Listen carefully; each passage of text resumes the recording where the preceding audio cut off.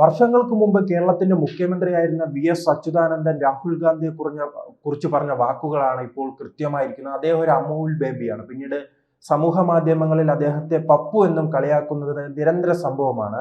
ഇപ്പോൾ ഏറ്റവും അവസാനം ഉണ്ടായിരിക്കുന്ന അദ്ദേഹത്തിന്റെ മണ്ഡലമായ റായ്ബറേലിയിൽ അദ്ദേഹം അങ്ങനെ എത്തുന്നത് അത്ഭുതമാണ്. എന്തായാലും ഇപ്പോൾ മലേഷ്യൻ ടൂറിന് ശേഷം അദ്ദേഹം അവിടെ എത്തിയിട്ടുണ്ട്. റായ്ബറയിൽ എത്തിയപ്പോഴാണ് അവിടെയുള്ള ഉത്തർപ്രദേശിലുള്ള മന്ത്രിയുമായി വാക്കേറ്റവും ഒരു വലിയ തർക്കത്തിലേക്ക് പോയിരിക്കുന്നത്. ആ തർക്കം ഇങ്ങനെയാണ് ഉണ്ടായത്. രാഹുൽ ഗാന്ധി ഒരു വികസന യോഗം വിളിച്ചു. അതും അത്ഭുതമാണ്. കാരണം ഈ അത്ഭുതം എന്ന് പറയാൻ കാരണം നമുക്കറിയാം, നമ്മുടെ വയനാട്ടിലെ MP ആയിരുന്നു രാഹുൽ ഗാന്ധി. അപ്പോൾ അദ്ദേഹം ചെയ്ത വികസനങ്ങൾ എന്താണെന്ന് വയനാട്ടിലെ ജനങ്ങൾക്കറിയാം. അങ്ങോട്ട് തിരിഞ്ഞു നോക്കാൻ പോലും അദ്ദേഹം തയ്യാറായില്ല. അങ്ങനെയുള്ള ഒരു നേതാവാണ് ഈ റായ്ബറേലിയിൽ എത്തി വലിയ വികസന പ്രവർത്തനങ്ങൾ നടപ്പിലാക്കാൻ വേണ്ടി ഇത്തരം ഒരു യോഗം വിളിച്ചത്. അതിന്റെ അടുത്ത മണ്ഡലമാണല്ലോ അമേഠി. അവിടെ ഇദ്ദേഹത്തിന്റെ വികസന പ്രവർത്തനങ്ങൾ കണ്ട് ജനങ്ങൾ മടുത്തിട്ടാണ് അദ്ദേഹത്തെ ദയനീയമായി പരാജയപ്പെടുത്തി വിട്ടത്. ഇപ്പോൾ ആ മണ്ഡലം കോൺഗ്രസ് പിടിച്ചെടുക്കിയെന്ന് പറയുന്നു. എന്നാൽ രാഹുൽ ഗാന്ധിക്ക് ആ മണ്ഡലത്തിൽ പോയി മത്സരിക്കാൻ ഭയമായിരുന്നു. അതുകൊണ്ടാണ് സ്വന്തം അമ്മയുടെ മണ്ഡലമായ റായ്ബറേലിയിൽ മത്സരിക്കുകയും അവിടെ വലിയ ഭൂരിപക്ഷത്തിന് ജയിക്കുകയും ചെയ്തു. ആ ജയിച്ചതിന് ശേഷം അദ്ദേഹം അവിടെ ഇപ്പോൾ വികസന പദ്ധതികളുടെ യോഗം വിളിക്കുകയും ഉത്തർപ്രദേശിലെ മന്ത്രിയുമായി വലിയ രീതിയിൽ തർക്കത്തിൽ ഏർപ്പെട്ടത്. ഈ യോഗം വിളിച്ച ശേഷം രാഹുൽ ഗാന്ധി പറയുകയാണ്, ഈ യോഗത്തിൽ എനിക്ക് ആദ്യം സംസാരിക്കണമെന്ന്. ഉത്തർപ്രദേശിലെ മന്ത്രി പറയുകയാണ്, തനിക്ക് ആദ്യം സംസാരിക്കണമെന്ന്. അങ്ങനെ രണ്ടുപേരും ആരാദ്യം സംസാരിക്കുമെന്ന രീതിയിലുള്ള തർക്കമാണ് ഉണ്ടായിരിക്കുന്നത്. ഇതിലൂടെ തന്നെ വ്യക്തമാണല്ലോ, അദ്ദേഹത്തിന് സ്വന്തം വില അറിയില്ല. അദ്ദേഹം ഇന്ന് ഇന്ത്യ എന്ന വലിയ ജനാധിപത്യ രാജ്യത്തിന്റെ പ്രതിപക്ഷ നേതാവാണ്. അപ്പോഴാണ് ഇത്തരം ഒരു ചെറിയ കാര്യത്തിന് മന്ത്രിയുമായി വലിയ രീതിയിലുള്ള വാക്ക് തർക്കം ഉണ്ടാകുകയും അതോടൊപ്പം തന്നെ ഇതിനെക്കുറിച്ച് വലിയ സംസാരമാവുകയും ചെയ്തു. അപ്പോൾ ആ മന്ത്രി പറയുകയാണ്, ലോക്സഭാ സ്പീക്കർ പറയുന്നത് പോലും കേൾക്കാൻ കഴിവില്ലാത്ത ഈ മനുഷ്യൻ എന്നെ പഠിപ്പിക്കാൻ വരണ്ടെന്ന് ആ മന്ത്രി പറഞ്ഞു. ആ മന്ത്രിയുടെ പേര് ദിനേശ് പ്രതാപ് സിംഗ് എന്നാണ്. ആ ദിനേശ് പ്രതാപ് സിംഗും അതോടൊപ്പം തന്നെ രാഹുൽ ഗാന്ധിയും തമ്മിലാണ് ഇത്തരം വാക്കേറ്റം ഉണ്ടായത്. എന്തായാലും കോൺഗ്രസിനെ സംബന്ധിച്ചിടത്തോളം ഉത്തർപ്രദേശിൽ അവർ ഒരു ശക്തിയുമില്ല. അതുകൊണ്ട് തന്നെയാണ് BJP വലിയ പരിഗണനയൊന്നും കൊടുക്കാത്ത. ഒരു കാലത്തെല്ലാം നെഹ്റുവിന്റെയും അതോടൊപ്പം തന്നെ ഇന്ദിരാഗാന്ധിയുടെയും സഞ്ജയ് ഗാന്ധിയുടെയും ഉൾപ്പെടെ സോണിയാഗാന്ധിയുടെയും എല്ലാം തട്ടകമായിരുന്ന ഉത്തർപ്രദേശ് ഇന്ന് ദയനീയമായി തന്നെ കോൺഗ്രസിന്റെ കയ്യിൽ നിന്ന് പോയി. കഴിഞ്ഞ തെരഞ്ഞെടുപ്പിൽ അവർക്ക് 2019 തെരഞ്ഞെടുപ്പിൽ അവർക്ക് വിജയിക്കാൻ കഴിഞ്ഞത് ആകെ ഒരു സീറ്റാണ്. അത് സോണിയാഗാന്ധിയുടെ സീറ്റ് മാത്രമായിരുന്നു. അതിനു മുൻപ് രാഹുൽ ഗാന്ധിയുടെ സോണിയാഗാന്ധിയുടെ സീറ്റായിരുന്നു. ഇപ്പോൾ അവർ അഖിലേഷ് യാദവുമായി ചേർന്നാണ് ഈ 2024 തെരഞ്ഞെടുപ്പിൽ ഒരു 5-6 സീറ്റിലധികം അവർക്ക് വിജയിക്കാൻ കഴിഞ്ഞിട്ടുണ്ട്. അത് എന്തുകൊണ്ട് വിജയിച്ചു? അത് അഖിലേഷ് യാദവ് എന്ന നേതാവിനെ മുൻനിർത്തി ഇപ്പോൾ കേരളത്തിൽ കാണുന്നുണ്ടല്ലോ, മലബാർ മേഖലയിലെല്ലാം കോൺഗ്രസ് പൂർണ്ണമായി തകർന്നിരിക്കുകയാണ്. മുസ്ലിം ലീഗിന്റെ ഒരു പിന്തുണയിലാണ് അവർക്ക് വിജയിച്ചു കയറാൻ കഴിയുന്നത്. അല്ലാതെ മലബാർ മേഖലയിൽ ഒറ്റയ്ക്ക് നിന്ന് ഒരു മണ്ഡലത്തിൽ പോലും വിജയിക്കാനുള്ള കഴിവ് ഇക്കാലത്ത് ഇല്ല. അതിനും ഈ കേരളത്തിന്റെ അവസ്ഥയ്ക്ക് മുൻപ് തന്നെ ഉത്തർപ്രദേശിൽ അത് സംഭവിച്ചു കഴിഞ്ഞു. അങ്ങനെയുള്ള സ്ഥലത്ത് BJP നേതാവിന് പരിഗണന കൊടുക്കുമോ? ഞാൻ എന്തോ വലിയ വിജയം നേടി എന്ന് പറഞ്ഞുകൊണ്ടാണ് അദ്ദേഹം നടക്കുന്നത്.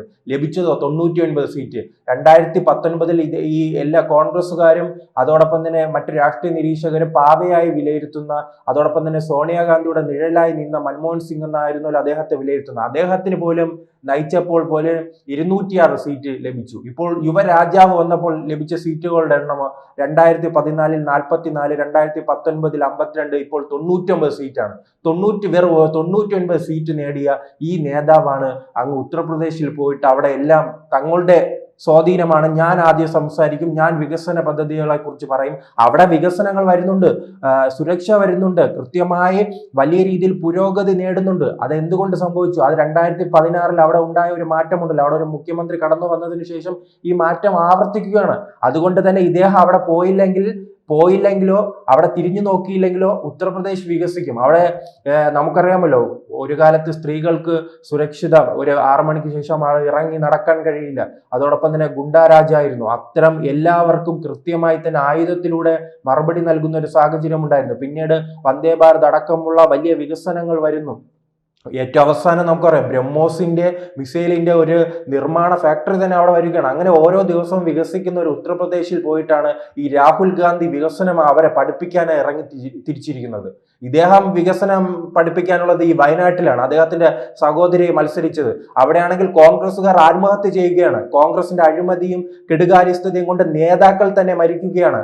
ഒരു നേതാവ് മരിച്ച ശേഷം അദ്ദേഹത്തിനെ ആ കുടുംബത്തെ തിരിഞ്ഞു നോക്കുന്നില്ലെന്ന് പറഞ്ഞ് ഇന്നലെ അദ്ദേഹത്തിന്റെ മകൾ ആത്മഹത്യക്ക് ശ്രമിച്ചില്ലേ? അങ്ങനെ സ്വന്തം സഹോദരി മത്സരിക്കുന്ന വയനാട്ടിൽ ഇത്തരം തെമ്മാടിത്തരങ്ങൾ കാണിക്കുമ്പോൾ അവിടെ തിരിഞ്ഞു നോക്കാതെ ഉത്തർപ്രദേശിലേക്കാണ് അദ്ദേഹത്തിന്റെ യാത്ര. ഈ വയനാട്ടിലേക്ക് തന്നെ വരാം. വയനാട്ടിൽ എത്രത്തോളം പ്രശ്നങ്ങളുണ്ട്, ആരോഗ്യ മേഖലയിലെ പ്രശ്നങ്ങൾ, അതോടൊപ്പം തന്നെ അടിസ്ഥാന സൗകര്യം, ഗതാഗത കുരുക്ക്. വയനാട് ചുരവുമായി ബന്ധപ്പെട്ട് പരിശോധിക്കുകയാണെങ്കിൽ അവിടെ ചുരത്തിൽ ഒരു ബ്ലോക്ക് ഉണ്ടായാൽ കോഴിക്കോടേക്ക് എത്താൻ മണിക്കൂറുകളോളമാണ് ആവശ്യം. അപ്പോൾ അത്തരം പ്രശ്നങ്ങൾ പരിഹരിക്കാൻ, അങ്ങനെ ഗതാഗത സൗകര്യം ഒരുക്കാൻ, വിദ്യാഭ്യാസ സൗകര്യം ഒരുക്കാൻ, ആദിവാസികളുടെ പ്രശ്നങ്ങൾ പരിഹരിക്കാൻ കഴിയാത്ത 5 വർഷം അവിടെ അടയിരുന്ന രാഹുൽ ഗാന്ധി അതിനുശേഷം അടയിരുന്ന ശേഷം ഇപ്പോൾ സഹോദരിയെ കൊണ്ട് അടയിരുത്തിയിരിക്കുകയാണ്. അങ്ങനെ ആ വയനാട് ഉൾപ്പെടെയുള്ള മണ്ഡലങ്ങളുടെ പ്രശ്നം പരിഹരിക്കാൻ കഴിയാത്ത ആളാണ് അവിടെ പോയി ഉത്തർപ്രദേശിൽ റായ്ബറേലിയിൽ പോയി പറയുകയാണ് എനിക്ക് ആദ്യം സംസാരിക്കണമെന്ന്. ഇദ്ദേഹത്തിന് ആദ്യം സംസാരിക്കാൻ കഴിയുന്ന ഒരു സ്ഥലമുണ്ടല്ലോ, അത് മലേഷ്യയാണ്, പട്ടയാണല്ലോ. ഇപ്പോൾ പലരും അങ്ങനെ വിമർശനങ്ങൾ ഉന്നയിക്കുന്നുണ്ടല്ലോ. കുറച്ചുനാൾ അവിടെ നിന്ന് ഇപ്പോൾ പല ചിത്രങ്ങളും പുറത്തു വരുന്നുണ്ട്. ഇടക്കാലത്ത് അവിടെയായിരുന്നല്ലോ സന്ദർശനം. സുരക്ഷ പോലെ ഉപേക്ഷിച്ചാണ് അദ്ദേഹത്തിന്റെ അവിടുത്തെ സന്ദർശനം. അങ്ങനെ ഇനി അവിടെ നിന്ന് നമ്മുടെ കേരളത്തിൽ പിണറായി വിജയനും പരിവാരങ്ങളും ഉണ്ടല്ലോ, കുടുംബത്തോടെ വിദേശ രാജ്യങ്ങൾ സന്ദർശിച്ച് അവിടെ പോയി എല്ലാ കാര്യങ്ങളും. അപ്പോൾ ചോദിക്കും, ഈ ടൂറ് സർക്കാരിന്റെ ചെലവിൽ ടൂർ പോകുമ്പോൾ ചോദിക്കും എന്താ സഖാവ് ഇങ്ങനെ അനാവശ്യമായ ആഡംബരമായ ഒരു യാത്രയും ചോദിക്കുമ്പോൾ മുഹമ്മദ് റിയാസ് ഉൾപ്പെടെയുള്ളവർ പറയുന്നത് ഞങ്ങൾ അവിടെ എത്തി അവിടെയുള്ള കാര്യങ്ങൾ മുഴുവൻ പഠിച്ച് കേരളത്തിൽ നടപ്പിലാക്കുമെന്നാണ്. ഈ ഡച്ച് മോഡലിനെ കുറിച്ചെല്ലാം നമുക്കറിയാമല്ലോ, വെള്ളപ്പൊക്കം തടയാനായ ഡച്ച് മോഡലെല്ലാം പഠിക്കാനായി സഖാവ് വിദേശ രാജ്യങ്ങൾ സന്ദർശിച്ചിട്ടുണ്ട്. അപ്പോൾ അതുപോലെ തന്നെ ഇനി രാഹുൽ ഗാന്ധി മലേഷ്യയിലെത്തി വികസന പ്രവർത്തനങ്ങൾ പഠിച്ചിനി സ്വന്തം മണ്ഡലമായ റായ്ബറേലിയിൽ നടപ്പിലാക്കാനുള്ള ശ്രമമാണോ എന്നറിയില്ല. അങ്ങനെയാണെങ്കിൽ ശ്രമമുണ്ടെങ്കിൽ അദ്ദേഹത്തിന് യോഗി ആദിത്യനാഥുമായി സംസാരിച്ചാൽ അദ്ദേഹം കൃത്യമായി തന്നെ അതെല്ലാം നടപ്പിലാക്കി കൊടുക്കുമല്ലോ. അങ്ങനെ വികസന പ്രവർത്തനങ്ങൾ അവർ രാഷ്ട്രീയ ഭേദമില്ലാതെ തന്നെ കൃത്യമായി തന്നെ വികസന പ്രവർത്തനങ്ങൾ മുന്നോട്ട് കൊണ്ടുപോകുന്നത് കൊണ്ടല്ലേ GDP അടക്കമുള്ള വലിയ രീതിയിലുള്ള അവിടെ ഒരു വളർച്ച ഇപ്പോൾ കാണിക്കുന്നത്. അല്ലാതെ അവർ പറയുന്നത് മാത്രമല്ലല്ലോ, സാമ്പത്തികമായി അവിടെ വലിയ രീതിയിൽ നാം വിമാനത്താവളങ്ങൾ പരിശോധിക്കുമ്പോൾ അറിയാം, റെയിൽവേ പരിശോധിക്കുമ്പോൾ അറിയാം, റെയിൽവേ സ്റ്റേഷനെല്ലാം വലിയ രീതിയിലുള്ള മാറ്റമാണ് നിലവിൽ ഉണ്ടായിരിക്കുന്നത്. എന്തായാലും രാഹുൽ ഗാന്ധി കോൺഗ്രസിനെ സംബന്ധിച്ചിടത്തോളം ഒരു കണ്ടകശനിയാണ്.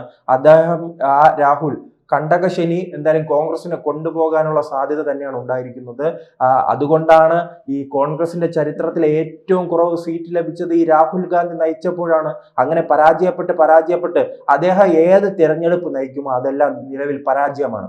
ലോക്സഭാ തെരഞ്ഞെടുപ്പ് നയിക്കും, നിയമസഭാ തെരഞ്ഞെടുപ്പ് നയിക്കും, രാഷ്ട്രപതി തെരഞ്ഞെടുപ്പ്, തദ്ദേശ സ്വയംഭരണ സ്ഥാപനങ്ങളിൽ ഉൾപ്പെടെ അദ്ദേഹത്തിന്റെ തന്ത്രങ്ങളെല്ലാം ഉണ്ടായിട്ടുണ്ട്. പോകുന്ന സ്ഥലം മുഴുവൻ പരാജയപ്പെടുക എന്നത് ഇദ്ദേഹത്തിന്റെ ഒരു ഹോബിയായി മാറിയിരിക്കുകയാണ്.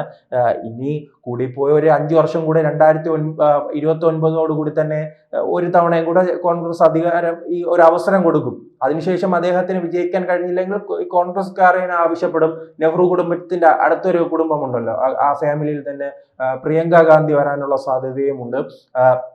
എന്തായാലും ഈ കുടുംബത്തിന്റെ അടിത്തറ ഇപ്പോൾ പൂർണ്ണമായി ഇളകിയിരിക്കുന്നതാണ്. അതുകൊണ്ട് തന്നെയാണ് ആ മന്ത്രി ഉൾപ്പെടെ ദിനേശ് പ്രതാപ് സിംഗ് ഉൾപ്പെടെ പറയുന്നുണ്ടല്ലോ, അദ്ദേഹം പോലും ഇദ്ദേഹത്തെ പരിഗണിക്കുന്നില്ല. വലിയ നെഹ്റുവിന്റെ കുടുംബമാണ്, അതോടൊപ്പം തന്നെ വലിയ രാജകുമാരനാണെന്ന് പറഞ്ഞ് ഉത്തർപ്രദേശിൽ കയറിപ്പോയാൽ അവർ വിരട്ടി ഓട്ടിക്കും. ഇനി ആ കുടുംബത്തിന്റെ ആവശ്യം ഇന്ത്യയിൽ വേണ്ട. കാരണം ഇനി കഴിവുള്ളവർ കയറി വരട്ടെ, രാഷ്ട്രീയത്തിൽ കഴിവുള്ള യുവാക്കൾ കയറി വരട്ടെ. അല്ലാതെ എൻ്റെ അപ്പൂപ്പന്റെ തഴമ്പും നോക്കിയിരിക്കുന്ന രാഹുൽ ഗാന്ധിയെ കൃത്യമായി തന്നെ ജനങ്ങൾ നിരന്തരം പരാജയപ്പെടുത്തി വിടുകയാണ്. എന്നിട്ട് പോലും അദ്ദേഹത്തിന്റെ കുടുംബത്തിനും മനസ്സിലാകുന്നില്ല. മനസ്സിലായിട്ടില്ലേന്ന് ചോദിച്ചാൽ മനസ്സിലായിട്ടുണ്ട്. അതുകൊണ്ടാണല്ലോ ഉത്തർപ്രദേശിൽ നിന്നും ഭയപ്പെട്ട് അദ്ദേഹം വയനാട്ടിൽ മത്സരിക്കേണ്ട സാഹചര്യം ഉണ്ടായത്. എന്തായാലും ഈ വാക്കുതർക്കം കോൺഗ്രസിനെ സംബന്ധിച്ച് വലിയ നാണക്കേടായി മാറിയിരിക്കുകയാണ്. കൂടുതൽ വാർത്തകളും വിശേഷങ്ങളും നിങ്ങളിലേക്ക് എത്താൻ ABC മലയാളം സബ്സ്ക്രൈബ് ചെയ്യുക, ബെൽ ബട്ടണും അമർത്തുക.